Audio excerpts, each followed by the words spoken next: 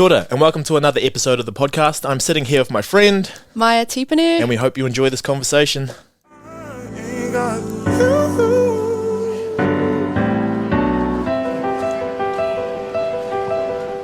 Right.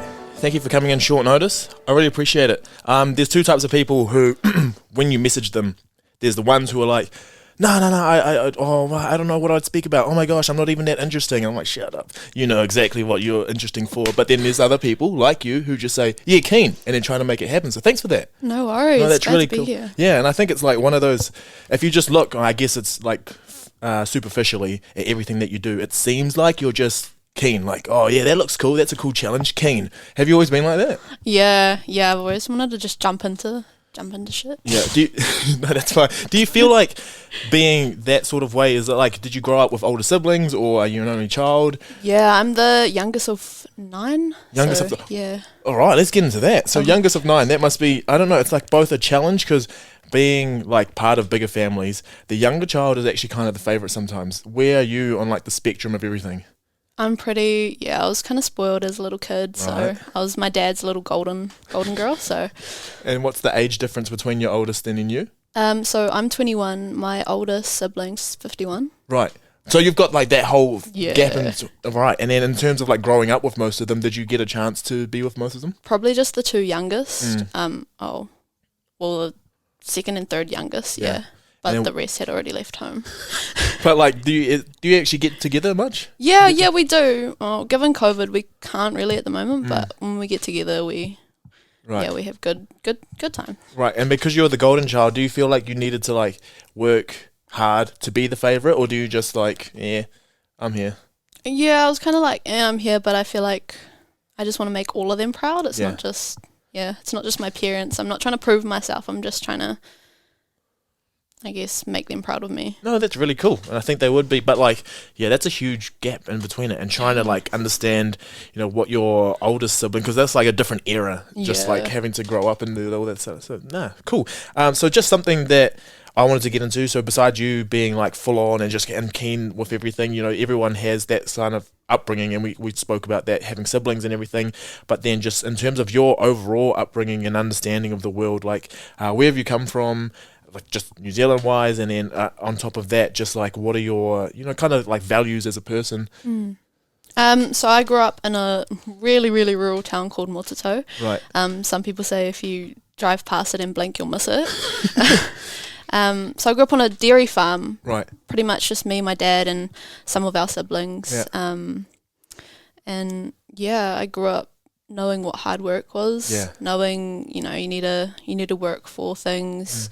And just a lot of discipline and respect around elders and stuff. I grew up in a really te ao Māori environment. Awesome. Yeah. Yeah. So having that, so the two siblings that you grew up with mostly, so the ones that are like second and third from the bottom. Yeah. How old are they? 27 and 30 something. Right. So they're at that age as well, where like even though you're the youngest one, you're like growing up old enough where they can still like give you a hard time. Yeah. Yes. Yeah. Yeah, had a lot of that. Yeah. And then like in terms of you knowing so are they males? People? Yeah, both boys. Right. So Yeah. I think I'm starting to see where this is starting to come from. Like having 2 older brothers probably, you know, helped you just like, oh, you may be dad's favorite girl, but you still have to do this work. Yeah, Yeah. you still have to. My dad always taught me, like, if your brothers can do it, you can do it. So just get on with it. And I think that comes through in everything that you chose to do. Yeah. That's really cool. So in terms of like school and everything, and then thinking about where you wanted to go, so is your school was your school an area school? Yeah, so my primary, it was like a primary and intermediate. It Yeah. had about 20 kids in it. Right. Yeah. And then I went to a college in Bay of Islands College in Right. Kaikoura, Yeah. which was like 300-ish. Yeah. All of them were my cousins, though. And then from there, so like in terms of having role models to think about going on, you know, beyond secondary school and actually going into tertiary education, because I'm assuming you just came from high school? Yeah, straight in. And then what made you decide like that's something that you wanted to do?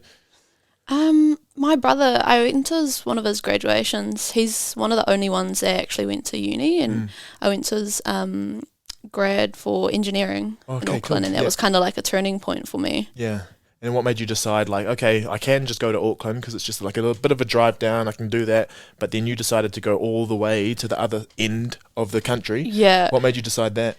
So I actually boarded, I forgot to mention, I boarded in Hamilton Girls. Ah. Yeah, and so that was like majority of my high school years. Right. And that kind of, I was so stuck on going to Auckland. Yeah. And then realised, well, I got a scholarship for Otago, and that was Okay. kind of like a turning point as well. I was Yeah. like, oh, money or closer to home. Yeah. And just thinking about that, so you had to go like to a boarding school. So basically from smaller schools where you know everyone because you're related to most people, or it's such a small place that you know everyone. But then you went to Hamilton Girls, which has like prestige really. It's one of those like very traditional Yeah. girls' schools, and then obviously with Hamilton Boys being there. What was that transition like going from that small, everything you're comfortable with to there? It was a massive culture shock. Yeah. Massive. Like, the reason why I went there is because my dad wanted me to get out of our small, like, country mindset almost. And he saw it on a farm magazine and was like, yo, you should go here. A farm magazine? Yeah. Of all places. Well, that's cool. That's good marketing for the school. Yeah, yeah. And yeah, it was just, I didn't know anyone. I lived in a hostel with about 120 other girls that, like, I was pretty much living by myself and my dad. So it was, everything was just a massive change. Yeah. Yeah. And then you talked about a country mindset there. So we have something similar like back in the Cook Islands, which is like rock mentality. So like everything's so small that like you kind of adjust in your way until you go to somewhere bigger. You're like, what the heck is going on here? Yeah. Like, how would you describe the country mindset to other people? My understanding of it now, like, it'll probably be different back then, but my understanding of it now is just not really thinking that you can do anything else. And it's just kind of like, you just have this and this is what you do for the rest of your life. Yeah. It's like a day in, day out thing, right? Yeah. And you're just kind of content with what you're doing in your small town. Yeah. And do people, now that you, like, when you do go back, and we'll get into that a little bit, but when you get back and then, like, you talk about the stuff that you're doing, do you find that other people, like, some are supportive, but then some are also kind of like, you're not the haters, you know? Yeah. Like, I was talking to Josh about this, my partner, like, some are so happy for me and are like, oh, like, I want my daughters or like my kids to do this. And some are just kind of like, oh, you're not that cool. Like, yeah, like they honestly just think, they're like, oh, you think you're better than us, Yeah, like that sort of yeah. thing. But I guess it does come into that because that's the only world that they kind of know, right? Cool. So then you go from there, and then was it like during high school that you, besides the scholarship that you got, like what made you think, instead of like you saw your brother being an engineer, you saw like you're part of agriculture and horticulture, why did you decide like no, medicine or something along that path? I always was like a science geek, and right. yeah, and like I loved biology. And because growing up on a farm, I always wanted to be a vet as well. Yeah. And then I realized I could do it for people as well. So I was like, this is like perfect.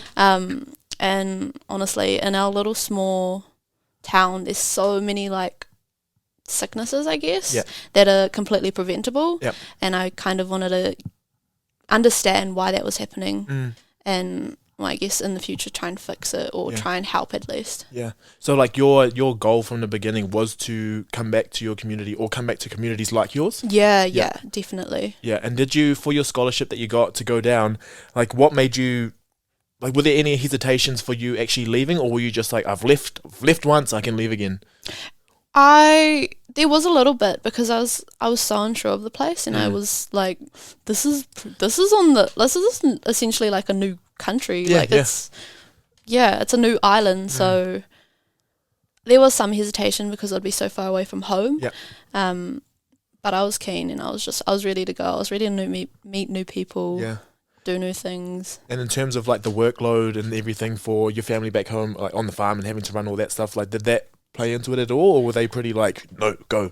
Yeah, I was worried. Like, my dad was getting quite sick then, and so I was getting worried that something could happen, and the farm won't be able to carry on as it is. That definitely played a part into it. There was just so many things that I was going to miss going down, but I knew that in order to, I guess, improve what's happening here, I need to go down, do something else, and come back. Yeah, it's like when people talk about sacrifices, those are the sorts of things, but like most people make sacrifices so that the next generation or the next lot of people are in better hands, I guess. Yeah. Cool. And then so you were about to board the plane, you're about to come down. Did you stay in a hall in your first year? Yeah, stayed at Adana. Oh, fantastic. I was like, you're only doing great things because you have great foundations, and that's one of the greatest halls of all time. Okay, cool. But, because that itself, so you stayed in a hostel at Hamilton Girls, and it's nowhere near as big, or like, it's nothing like coming to Dunedin. Yeah. Like, that is some crazy, whoa, what's going on here? So how did that... so you've experienced one culture shock, and then you come all the way to the other side, and then you experience it again, but way different. So, what were the differences and transitions for you? I always crack up at this moment because my subby was showing me around my room, and I looked at him and I was like, so am I allowed to leave anytime I want to? And he's like, yes. Because back at our hostel, we had to, sign out every time and, apply for leave. So that was a good difference, I guess. Apart from that, everything else is pretty similar, just I guess my hostel on steroids. Yeah, sure. And then everything else that's happening in Dunedin as well, because I think, that's right. I remember when I came down, and then that was the start of O Week. Oh yeah. And I was just like, is it like this all the time? I was like, this is crazy. This is a bit scary. Yeah. I grew up in a pretty chill family that would drink quite a lot, and so I was already kind of exposed to that. Yeah, it wasn't really much different. I guess the level that people got drunk was kind of like, oh wow. Yeah. You're around it, because most people who haven't been around it, and then they come down, they're like, this is awesome, but then you see them, you're like, you look stupid. Yeah, you guys look good. Okay, and then you get into your health sci year. So after being so good at sciences, I think health sci year really knocks a lot of people in the head, because they're like, I'm great at sciences, I'm great at all these different things, but now you've got time management, social life, and just a whole heap of work to go through in health sciences. So how did you sit after your first couple of weeks, just being could I do this? I was pretty confident in myself. I was calling my parents quite often. Yeah. And just updating them, and they were giving me that you've got this, got this, and I was like, yeah, no, I've got this. Yeah, that's cool. And so I think, I honestly just think that you had that confidence in yourself most of the time. So a lot of that stuff, you're just like, yeah, it'll be all good. All right. Yeah, and did we'll write it out. And did you find a good group of people? Yeah, I did. I mixed and matched here and there, but eventually I found a really good group of people. Yeah, and they're all hopefully studying with you now, maybe. No, they're actually all studying different degrees, so it was pretty good to not have all health side people. Yeah. Because you just get into this mindset where you're always competing, even if you're mates, you're still competing, and so I don't want that. Yeah. So the minimal amount of spots. And in that year, did you get to go home often, or has that been one of the things where, because of the distance you have to travel, you just stay in Dunedin for an entire year? Yeah. So I went home about twice, but I guess we can get more into the other reason why. But the second time I went home was because my dad was real sick, and sorry to drop a bomb, but he ended up passing away. Right. Maybe second semester. Yeah. Yeah. So then having to carry on with that, that's what I think it can do two things to you. It can be one, nah, that's it, I'm done. Yeah. But then there's a second, which is this is why I do it, to be able to help with those different things. Yeah. All my family are we it's all good if you give up, not really give up, but it's all good if you take a break and stuff. And I was like, nah, because he always wanted me, ever since I said I want to be a doctor, he was like, you got this, go for it, girl. And so I think the least that I could do was come back and finish. And then what made you feel like not even a break, not even a semester off or anything, you felt like you could drive through it? I compartmentalized everything, and I was like, he knows that I can do this. I want to do this for him. I felt like I'd be disappointed in myself if I didn't go back and just keep going. Yeah. And driving through with all of that sort of stuff as well. Just, oh man, that's, because I do, there's smaller things that happen in my life, and I'm like, you know what, I'm going to have to take some time. But that's huge. And then that's a rock back home to be able to, go back to and look forward to going back to. But now for you, have you taken time? Did you take time to be able to go through the processes of accepting it and going through it? I think that's a lot. Last year and this year, with all I just didn't have time to. It was all just kind of hustle, house side hustle, and then first year med hustle, to just like maintain my spot and make sure that I was all good. And then I guess I'm kind of slowly going through it now. Yeah. Yeah. Yeah, it's one of those things that'll take like forever. Yeah. Yeah, because there's people who like go through different stages of their life and like they finally get time to go through it, and then they're like, wow, I just like forgot who I was in that entire time, and now I can take it all in. Yeah. Yeah. So, and what are other things? So, like something that I found quite amazing with the stuff that you do is you have like these challenges that are in so many different like areas. It's not just like one theme, like, okay, power, more power stuff. It's like, no, I'm going to be explosive and powerful in combat sport, and then I'm going to go run a damn marathon, all that sort of stuff. Like, where has that always been something? Like, have you always been into sport or anything like that? Yeah.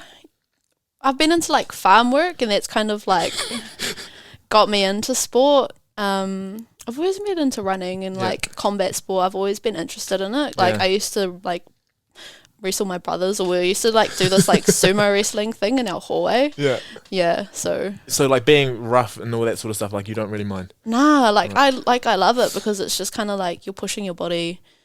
Like, it's just amazing what your body can do, and 100%. So I just want to like push it to the limits. Yeah, well, it wasn't until I like came down here and started playing rugby that I realised like farmers have the most ridiculous strength, and they don't even look like it, and then they just like just handle you and just throw you everywhere. So like you've got it. So there's just a few things around mindsets that I want to get into. The first one is just, if you don't mind, where you go. So like with grieving, and then with trying to be really good academically and all that sort of stuff, like time management, stress management, all that. How do you actually, like, what do you do for yourself to help you manage all of that?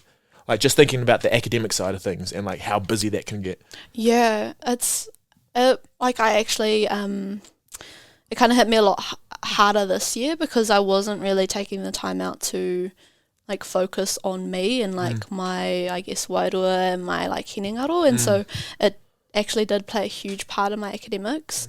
But for the past 2 years, I guess, I've just been, like, I don't know, like, just taking time out for myself, thinking about stuff, having that time to myself to just think about what I'm thinking about. Yeah. And just talking to my mum is a huge relief. My brothers, everyone that's kind of, like, going through the same stages that I'm going through, but I guess in a different context. Yeah. Yeah, no, that's big. And I think it would be probably good for your brothers too. Yeah. Like that you're all going through it at the same time and being able to process it together. Yeah. Has that been like, so the relationship that you have with your brothers, especially the ones who were there working quite a bit, has that been like, have you found that they have been like quite receptive to you working with them through that process? Yeah, like our family's not really a touchy-feely family, and so I think I'm probably the most emotional one in our family, or the one that shows it the most, I guess. Right. And so, yeah, they've been a lot more open with me, and they've kind of like all surrounded me and made sure that, because I'm the youngest, made sure that I was all good, and doing that, like, I'm trying to get to know them better and make sure that they're all good as well. Yeah, no, that's cool. I think it's the sad part. It's the sad but awesome part around like grieving and like all that sort of stuff, is that you actually start to open up different parts of relationships with other people. You're like, wow, I didn't even know you ever felt that way. You're like, wow, we do have each other. Like, I didn't know you had emotions. I didn't know you could feel stuff. Yeah, no, that's cool. And then just the mindset around the physical stuff, because like anything that anyone's ever done at a very, very high level, it is one of the most like rewarding, scary, and fulfilling feeling, like all at the same time. Yeah. Emotion. So firstly is we'll go from boxing, and then we'll get into the long distance stuff soon. But like, had you boxed before? So you'd done like stuff at home, like mucking around. Yeah, like not like professional actual boxing. Right. It was kind of like off the cuff. Right. Just like someone stole your stuff, so yeah. But what actually drove you to want to do it? I just wanted something different in my life, and that was a year after my dad had passed away, and I kind of just had this mindset where like life's too short, just do shit that's gonna like excite you, like do shit that's adventurous. Yeah. And then for that, so it's a charity one? Is it a charity one? What charity did you end up donating to? The Mental Health Foundation. Did you get to choose that? Yeah. Yeah, and what was your reasoning behind that foundation? I just it has a soft spot in my heart. So, well, you know, everyone goes through mental health problems, issues, everything, and I just think that it's an important cause. That's awesome. Now thinking about your preparation for a fight, so you've never really done it before. What does it actually look like? So you have a fight coming up in how long, and then what is actually the stages of going through it? So I think there was about 20 of us all kind of like pining for this, I guess, end of stage like challenge. We all, even my opponent and me, we all trained together.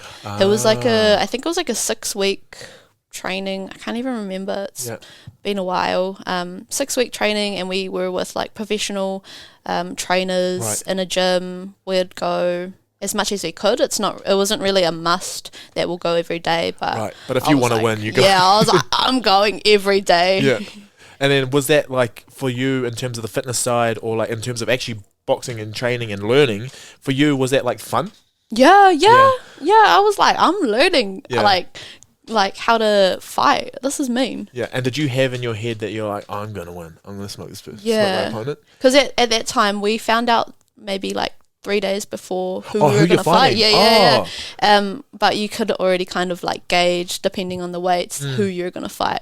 And so I was like picking them out. I was like, I'm going to waste you. Yeah. So you have that mentality, but then also I think one thing that happens quite often is people like will see your progression, you'll start looking at everyone else, and you start to like rationalize in your head why you will win. But like, were you more focused on what your opponents were doing, or you were just more focused on your own training? Yeah, I was just more focused on me. I was like, if I feel like I'm at the best stage that I can be, then like I should be good. Yeah. And if I'm not, then I know, like if I lose, I know that I gave it my all. Yeah. And in terms of the training, what were your favorite types of training? So you have pads, bag, you have a bit of speed work and all that. Like, what was your, like, if I'm going in to do something, I'm looking forward to doing that?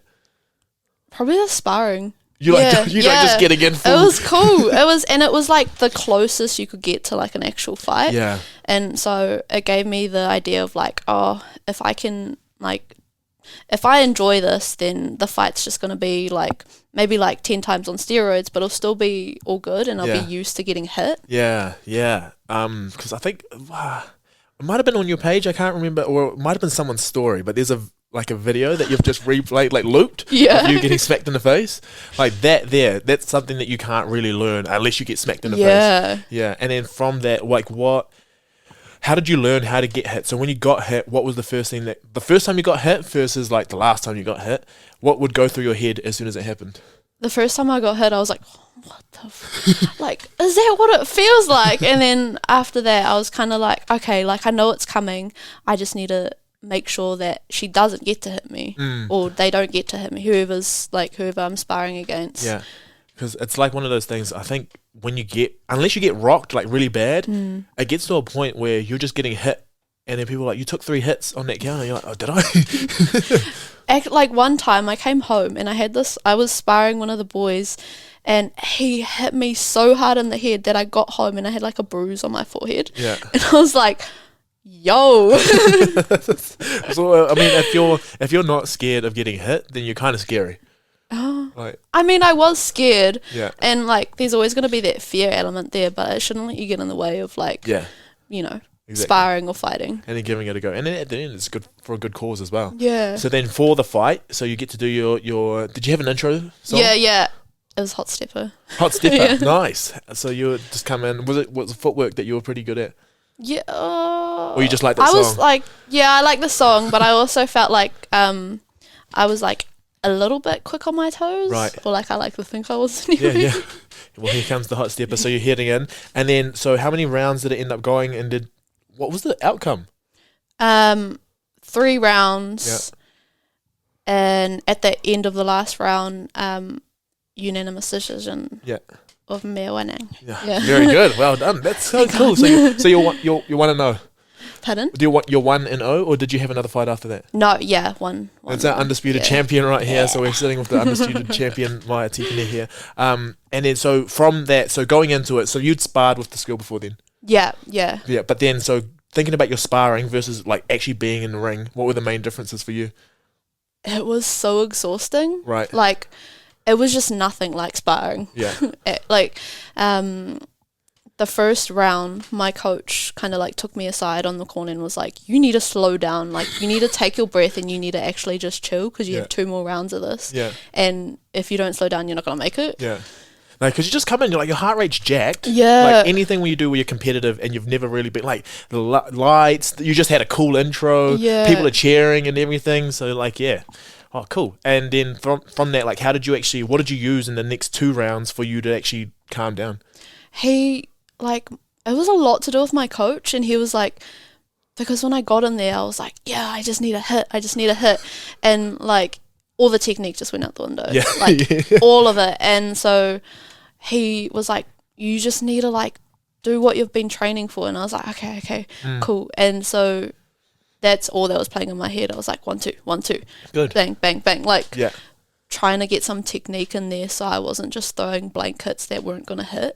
Yeah. Nice. So you went from a street brawler in that first round to like actually putting your sequences together. Yeah. Nice. And then you end up getting a dub from that. So that's cool. I mean, you can say you've done it now. Would it be something you'd ever do again, or have you like changed your training and put some of it into it like since? I've done a lot of like box fit training to keep my cardio up, but yeah, I'd be keen to do it again. It's just when and where and And then also thinking about your profession and all that sort of stuff, like if you take too many knocks to the head, it's probably not the best. Not the best, yeah.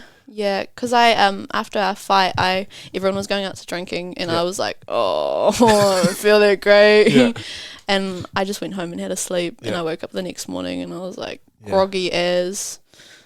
Might have had a concussion, but right, cool. So then after that, so we'll just go through a marathon.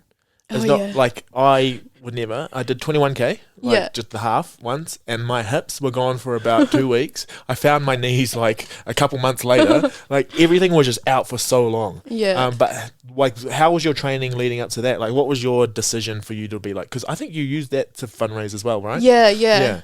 So just go through like how long did you say you're going to do until you do it, and then what was that process of training too? So this was after I did the boxing fight, and so I was already pretty like at a good fitness level, and all I just needed to work on was like conditioning my legs to run so far for that distance. And so I started doing like 10, 12, 15, and I think I did 20, which was the most that I'd done, but I was like, I'm not trying to do a 40 because it's just stupid doing like all during your training. So I was just trying to run for long distances. I don't really care about the time at all because I just wanted to do it, and I wanted to say that I could do it. It was just running and eating a lot. So what do you actually like, because that's a long time. Like when people think about training and distances that they have to cover, I'm like, oh, that's a long distance. But then I start thinking about it, I'm like, that's at least like 2-ish hours to do that. And then like most times training, like I'll do a whole bunch of training in that same time. Like, but you're just doing one motion over and over. Like, where do you actually go to get lost in your head, or what does that actually look like in your head when you're going through that? It's just music, Like I just zone out, and sometimes I like dance when I'm like running if I get real bored. But yeah, music is kind of like the one that just pushes me. If I don't have it, then I'm kind of like. And when you did the final, where in terms of the Ks that you completed, did you start feeling like, oh shit, this is hard?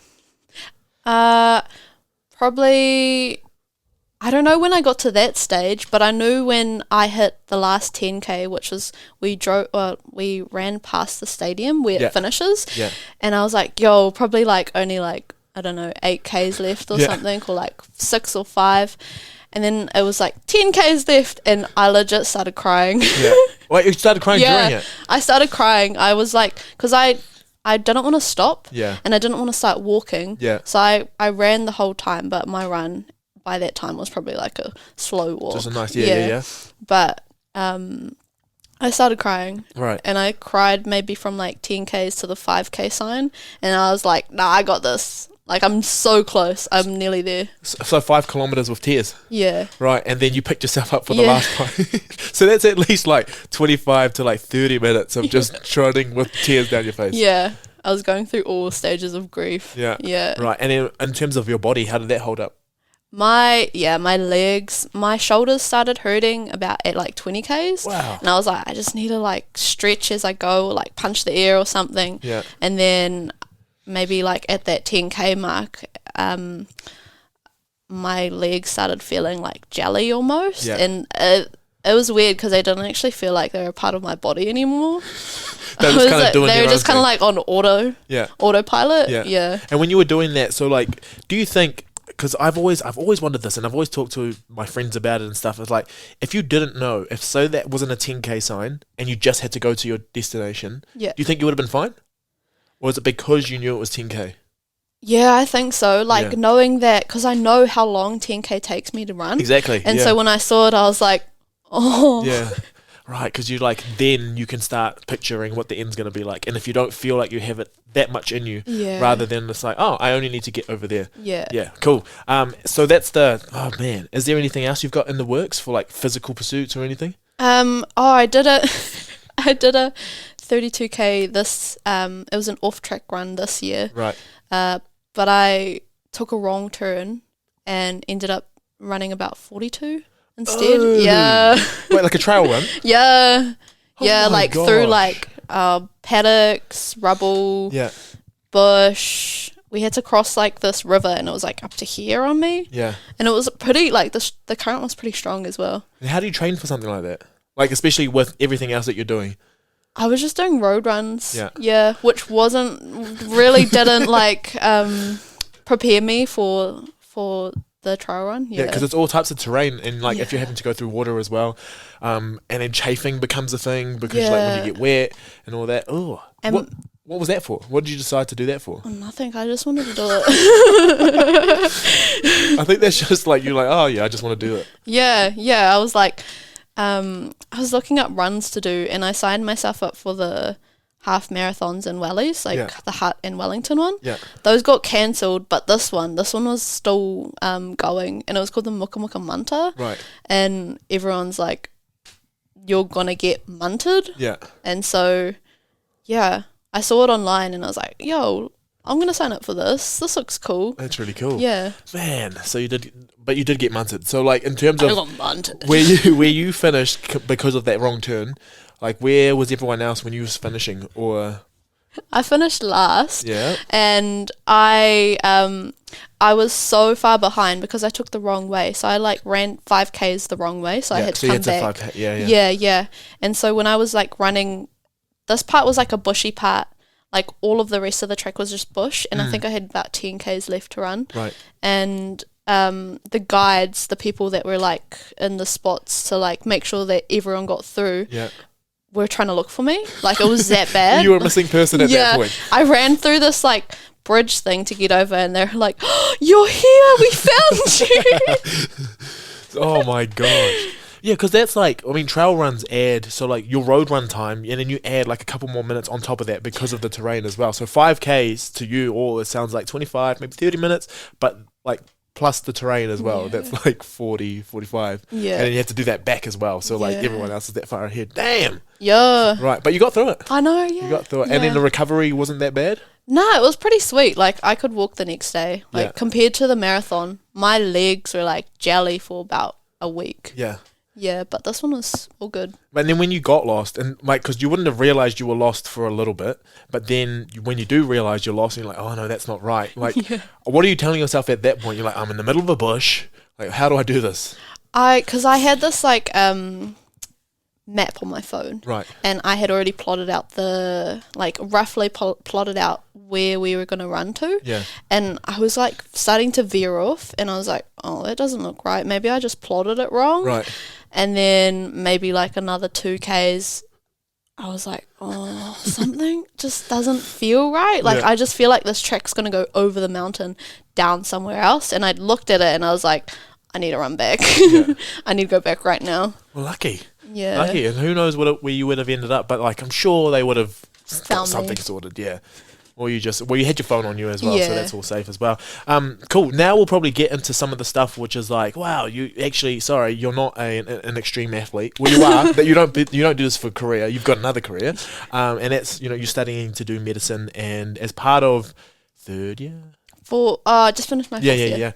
4th year. Oh wow! So you actually like start to go out in communities and you start to Yeah. put like what you've done in clinics and stuff with like your classmates into practice in Yeah. different communities and stuff. And this is, by the sounds of it, the stuff that you've wanted to get into. Yeah. So where have you been able to go with your degree so far in terms of the work?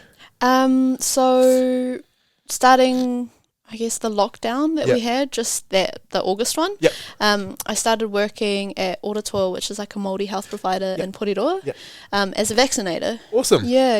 Yeah. So, and as part of that, like, how much training do you actually get to do that? And, oh no, sorry, I'll ask that one first. How much training do you actually get to like be able to do that sort of stuff? So we had to do on like a pretty extensive online Yep. course that was maybe like took about 5-ish hours, Yeah. and then we essentially got signed off by a authorized vaccinator. Right. So they did a few vaccinations on someone we watched, and then they observed us doing some, Right. and they were like, "Okay, you're sweet. You should Yeah. be good." And then part of that, so, I mean, one of the hardest things, and it was a huge drive to get more, Māori and Pacific communities vaccinated, and Auditoa being a Māori provider. Like, were there any like community engagement that you had to do, or were you solely just a vaccinator? Yeah, we were solely just vaccinating. We did some drive-through ones, Yep. but we weren't really on the front line of discussing or talking with the communities. We were Right. more just kind of doing the mahi, Yeah. filling in those gaps so that they could actually get vaccinated. For sure. Yeah. But then just seeing like was there a pretty huge drive like happening? Yeah, like some days we'll get like 600, 700 people Yeah. at once, and Yeah. like it was crazy busy. Cool. And then just thinking about, your values, and one of the coolest things I guess about our new, Māori students coming through is changing narrative around Māori health or health in general in Aotearoa. So for you, like what do you see your role in that change in narrative around like health and what like overall well-being is for everyone in Aotearoa? Like, So like as you're just thinking, everyone's always thinking, Māori are fat, are lazy, Yeah. are like poor health and all that sort of stuff. When it's really systemic issues that are at play here, and especially like not having the workforce and everything. So with you, where do you see your role, and how do you see yourself being able to like make that sort of change to being a bit more positive outlook for all of us? I think coming from such a like the background that I've come from, I understand. Oh, and I've like the generational changes as well, because Yeah. I'm a part of like a few like different generations.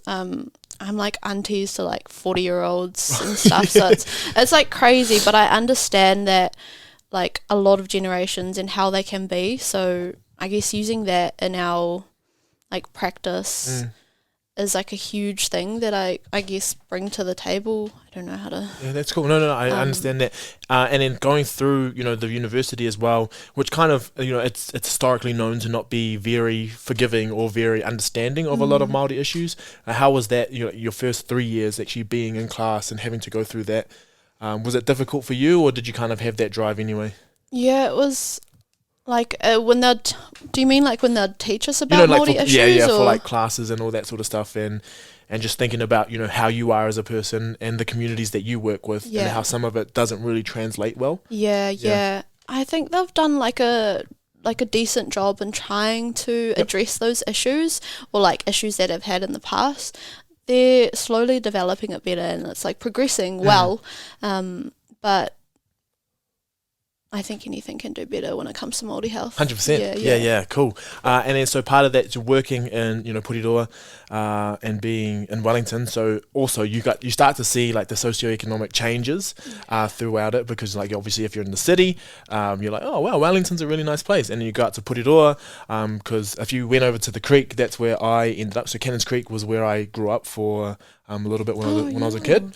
So I was like, yeah, Porirua. And then when people talk about Porirua, I'm like, yeah, what's wrong with it? But like other people are like, it's the hood. But Nah. yeah, it's a nice place. But Yeah. like, even that, just like understanding the communities that you're working with and trying to make sure that they are doing well, and where your role is to make them feel more comfortable. Did you notice that, like with the people who were coming through? Yeah, and I think it's just because I was working alongside a lot of Pacifica students Right. as well. Like Yeah. we had like this little group of med students that were vaccinating, and we just found that like some of the other vaccinators just didn't like didn't take the time to get to know Yeah. who they're vaccinating, and like I think that's a huge thing because it takes so much trust to let someone jab you with a needle. Absolutely. And you just want to make them feel comfortable, and like the only way that I know is to just let them speak, let them like know that like you know them, I guess, and they know a little bit about you as well. Yeah. And as part of that, you got to also do like other community drives as well, and you got to go to, was it a Lions game? Yeah. So what was happening there? Were you doing the same stuff but at a Lions game? Yeah, it was sick. So they set up a little tent on the side, like the side of the field, and anyone that wasn't vaccinated or needed a booster or something like that, or their second dose, they'll just come through. Right. Yeah. So you ended up just getting put out there, just like, hey, look, you're going to be placed here, and then from there, as soon as you were like authorized to vaccinate, you were just vaccinating everyone. Yeah. I think I've done about like 800-ish. 800. That's cool. No, that's really, really cool. And then in terms of other community engagement, like where else have you been throughout New Zealand? So during the summer, I started working for my local health trust, Maia Tipene Health Trust, and so I was doing the same mahi there, so I was vaccinating as well. Yeah. Did that hit different though? Yeah. It was probably one of the best decisions I've made this whole year, and I'm so happy that I did that and so happy I experienced it, because it was just, I don't know, it just filled my heart, filled my cup, like 100%. Yeah. And so like the people were there people who knew you or that you were coming back? Yeah. Not much knew that I was coming back because I didn't really want to like advertise it, I guess, and I just wanted to kind of just be there. If I saw whānau, then I saw whānau, but maybe like 80% of people that I vaccinated were whānau, so it was cool. Yeah. And then what was their like kind of reaction to you being the person doing it? It was kind of like, because everyone knows that I'm doing medicine, right? like, Okay. Yeah. And so when they saw me, they're like, "Are you working as a GP here now?" And I'm like, "Nah, I wish." Like, they'll ask me in a couple of years, but they're kind of like, they were just asking me stuff about uni. Yep. How are you? Yeah. What are you doing? Are you gonna jab me? Like, and then proud as well. Yeah. I guess so. Yeah. It's a weird thing. It's like one of those things where we know people are proud of you, but it's like hard to take it as a compliment, or like just be like, when people like do say they're proud of you, you're like, oh yeah, you like don't know what to say. Yeah. Like, because your accomplishments and everything that you've done, like most people would be like, I wouldn't even do that once in my life, but you like were doing them all back to back. Yeah. And then where do you take time to like congratulate yourself? Do you ever? Retail therapy. Oh yeah, right. But like, I congratulate myself by spending time with family, because I don't get to doing like all of this stuff and being so far away from home that I just I really appreciate the time that I get with them, and that's kind of like my little reward. Yeah. And when you were working back there, like, were you staying with, where did you end up staying? So I was staying at my our farm. My mum lives there at the moment. Right. And so I was just staying there, driving in like maybe like a 30-minute commute every morning. Yeah. So like that, so you being at home and then like say you're going to school and then thinking about now, like years later, you're there but you're actually going to work as something that you've been training to do. Yeah. Like how does that kind of, have you taken time to reflect on how that is? Yeah, I was talking to my mum about this actually, and I was saying to her that like I left at such a young age. I left at like 12, and I'm coming back as a 21-year-old, as an adult, and it's so different because the way that they treat you is so different. Right. They don't see me as a little kid anymore, and I expected them to kind of treat me like that. Yeah, but they don't, and they treat me like an adult essentially. That can do stuff for themselves. And no, that was the weirdest part about, I think, getting qualified. And then like, because you're usually asking everyone for help, you're like, what do I do? And then as soon as you go back as an adult, like who's trained in it, everyone's asking you. And you're like, we'll ask someone. And you're like, wait, I am the someone now. It's the shift. No, that's really cool. So do you get any more opportunities to actually go back there? Like, are you going back anytime this summer?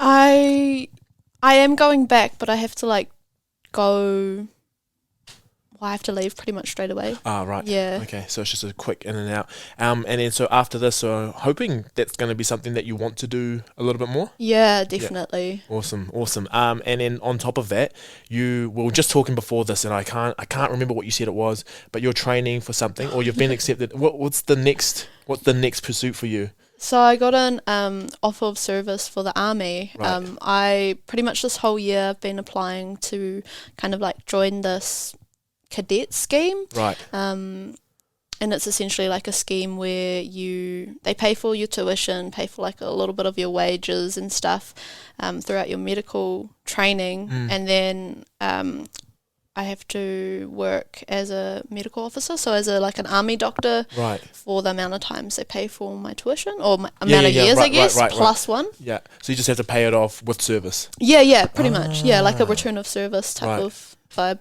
So was this something that you saw and you thought it would be cool? Because that sounds like the rest of it. The rest of it was like, hey, that looks cool. I might do that. Or is there like something that has been driving you I kind of wanted to do that for a while?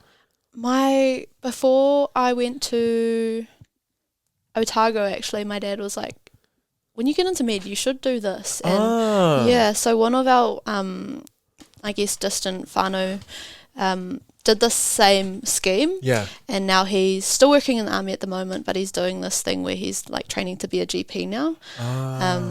Because they have this like, I guess, conjoint contract with the general practitioners school where they let you like train as a GP so you can go home or whatever. But yeah, it was my dad's idea. And he was like, this would be mean. And I was like, oh, I don't really know. I'm not even in med yet. I can't get ahead of myself. Yeah.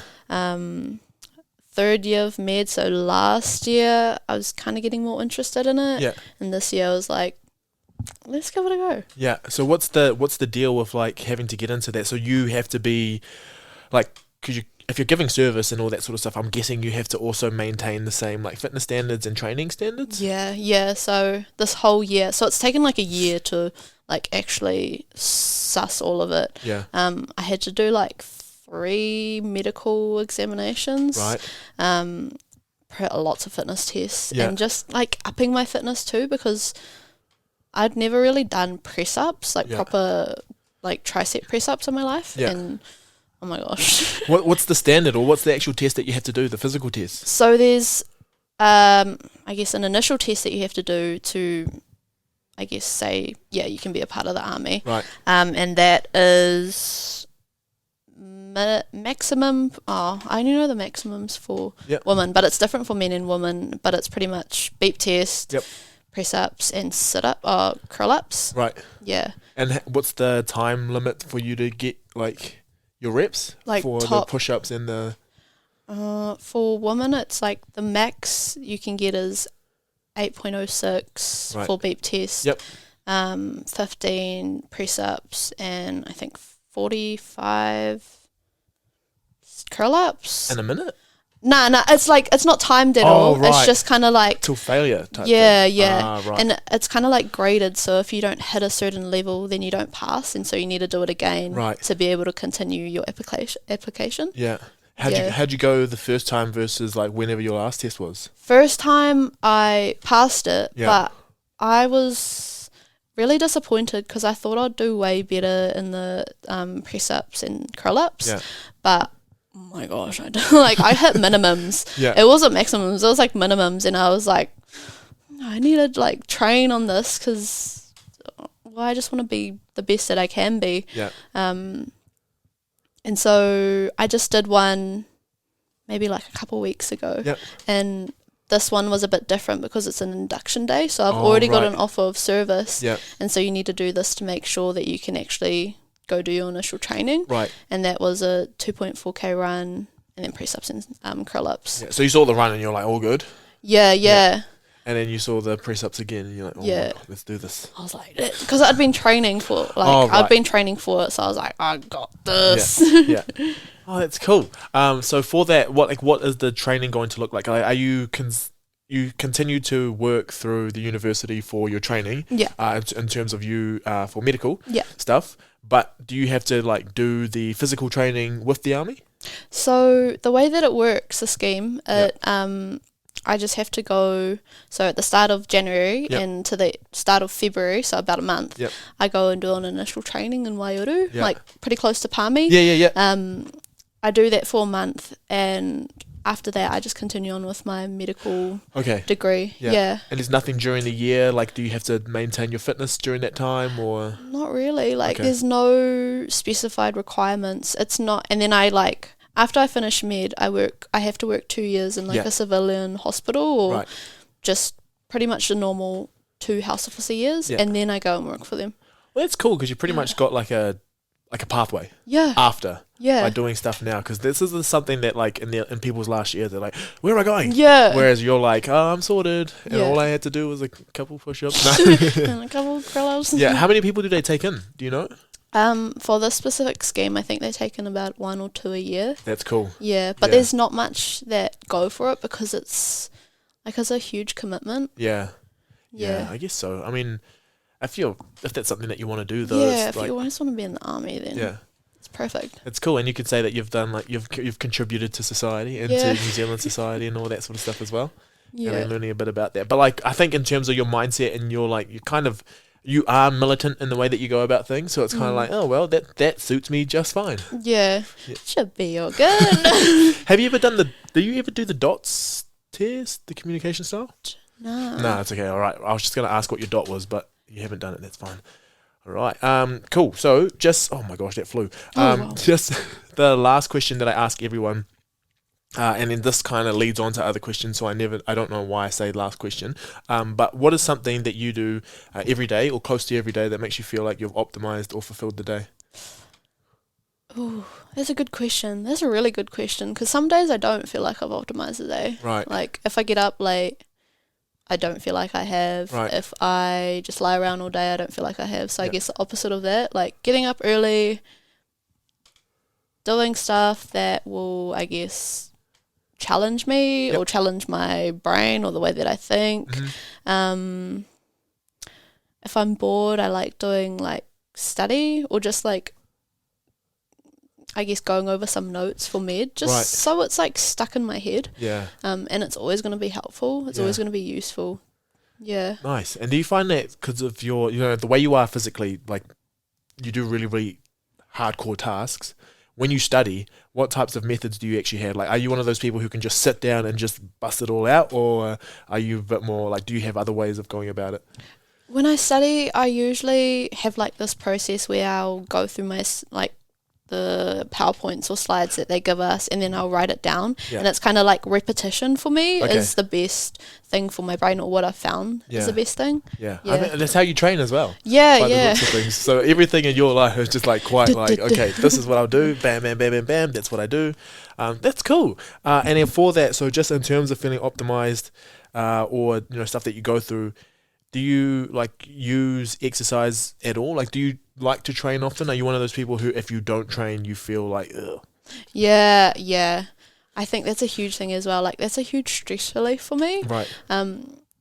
People say like how I can be so motivated to go to the gym and stuff, and I'm like, honestly, if I don't, I feel like I'm just gonna be a sad sack. Yeah. My motivation is not actually to be fit; it's so that I don't be a grumpy person. Yeah. So any physical activity for me is always like just stress relieving, and like it's, I guess, got my heart racing, and I just feel way better afterwards. Yeah. Like, you feel tired, but, like, you feel mean. Yeah. No, absolutely. It gives you more energy. It's one of those, like, weird things where it goes against your initial intuitions, because you're like, okay, exercising makes you tired. I shouldn't do it. But, like, when you're tired, the best thing to do is, like, go for a walk or something, because then you get energized. It's like, oh, that's backwards, but it works. Yeah, that's cool. And then just so thinking about so this is going to come out, so when people are listening to this, it's in the new year. Besides, like, going through your courses and everything like that, is there anything that you have planned for 2022 that you're really looking forward to, or is it just going to go on with it? I've got, because those 2 marathons got cancelled, I've got those 2 lined up. Oh, right. Half marathons, correction. Yeah. Right. And what's the gap between the 2? I think about a month between them. What the heck? Yeah. But it should be all good, because I'll be at like an all good fitness level. Right. So by then you'll be ready to go. So we can keep in touch with that. That's really cool. And then just one thing, just in terms of your mind, I was just thinking, if you get into all those sorts of things, then like you have music, but like there's no real. By the sounds of things, your mind's kind of just like it's chill, it's doing its thing. Do you do anything to kind of like so? Say you can't sleep, or say you're starting to get stressed, or things are getting overwhelming, and you can't be physical. Is there anything else that you can do? I write stuff down a lot. Right. Yeah. Like I don't necessarily keep a journal, but I just write it on a like refill paper or something, and I just write everything that I'm thinking. Yeah. And at the end of it, I don't read over it. Yep. I just kind of sit there and I'm like, man, I feel like me now. Yeah. I feel like I've gotten rid of everything. Cool. My mum always says to if you're feeling shitty or feeling bad, or someone's kind of like let off a lot onto you, like with what's ever going, like whatever's going on with them, just have a shower, because you can just wash it all off. That's cool. Yeah. So actually like thinking about everything that's just been put on you. Going down the drain. Just wash it off. Yeah. Like you've still helped them in some way or whatever, but for you, just have a I don't know, jump in the waterfall, jump in the sea, or just wash it off. Yeah. And is it just one more thing? Just thinking about you becoming a medical doctor. Most people's dreams when they're a kid, it's like, I want to be a firefighter, I want to be a doctor, I want to be a lawyer, all those sorts of things. Like now you're actually going to become one of those things. Yeah. Like how does that has that registered with you? Yeah, actually, like it comes and goes, but when I do think about it, I'm like, I'm gonna be a doctor. Like it can be overwhelming, but I'm so blessed to be in this role and to be able to do the things that I am doing, or the things that I can do in the future. Yep. Yeah. No, that's awesome. And I think we're looking forward to seeing what happens in the future, but it's been an awesome chat. Thank you for coming in. I really appreciate it. And we're looking forward to everything that you end up doing. You don't share too much on anything, so I'll just assume that you're not getting lost on any turns, or you're actually going on the trail that they set for you and all that. But no, I really appreciate it. Thank you so much. Awesome. Thank you. Thank you.